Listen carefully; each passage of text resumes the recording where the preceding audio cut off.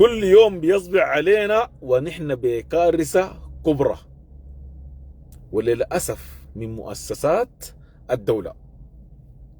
إذا كانت السلطة القضائية والبدلة بتاعت القوات المسلحة والبدلة بتاعت الشرطة بيدعموا الاغتصاب وبيكونوا السند للمغتصب، حتى السلطة القضائية اللي أمر ربنا سبحانه وتعالى إنها تحكم بين الناس بالحق بقت تشترى الزمم حقتها، والحكم حقها بقى يشتروه بالقروش.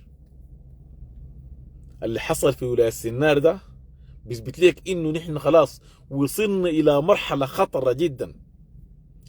طلعت الأم بتحكي عن المشاكل اللي واجهتها في ولاية سنار. طلعت بتستنجد بالقائد الأعلى للقوات المسلحة ورئيس الدولة الفريق أول عبد الفتاح البرهان، بتطلب العدالة منه، العدالة اللي اتفقدت من السلطة القضائية.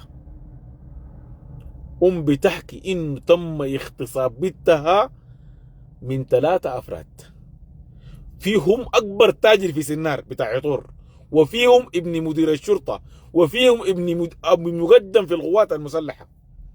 وللأسف داعي منهم ضباط في القوات المسلحة وضباط في الاستخبارات.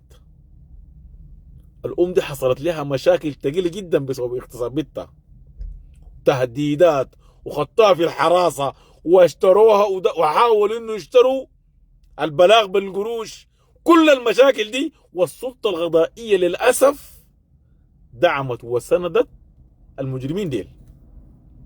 جريمة بتاعت اغتصاب مثبتة بالتقرير الطبي وبكل حاجة، وبعد ده السلطة القضائية بتيجي تحكم الأفراد ديل ب3 سنة، والحكم حقها معروف إنهم إعدام، والمفروض إعدام في ميدان عام عشان يكونوا عظة وعبرة. لكن للأسف نحن السلطة حقتنا القضائية خلاص انهارت تماما، بقوا يشترون بالقروش.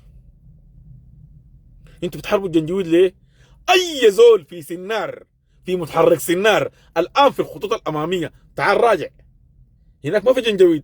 الجنجويد عندكم في المؤسسات، في الشرطه وفي القوات المسلحه وفي السلطه القضائيه. الجنجويد عندكم قاعدين الان، انتم ما طلعتوا تحاربوا الجنجويد ديل لانه اغتصبوا ونهبوا وسرقوا. الان داخل مؤسساتكم وداخل السلطه القضائيه بتدعم الاغتصاب. تعالوا حاربوا الناس ديل، تعالوا طهروا تعالوا طهروا الولايه من امثال ديل، عشان بعد ذاك تمشي تحاربوا الجنجويد الخارجي. الجنجويد الداخلي اخطر من الخارجي ومتواجد داخل مؤسسات الدوله. اذا كان السلطه القضائيه لا حول ولا قوه الا بالله بتدعم الاغتصاب وبتكون سند للمغتصب، وصلوا مرحله خطره جدا انه يغروا ويشتروا شرف البيت دي ب 200 مليار، دفعوا لها 200 مليار عشان تشطب البلاط، ورفضت قالت لا عايزه شرف بيتي. في النهايه القاضي بيحكم ال3 أفراد ديل ب3 سنة، والحكم حقها معروف. مفروض الاغتصاب ده حكم معروف، اعدام. لا حول ولا قوه الا بالله وحسبي الله ونعم الوكيل. نحن وصلنا مرحله خطره جدا. اتمنى اي واحد من الافراد القوات المسلحه ومن كل الوحدات العسكريه اللي بغاطوا في الجنجويد برا، تعالوا راجعين حاكموا الجنجويد جوا المؤسسات المتواجدين داخل ولاية سنار.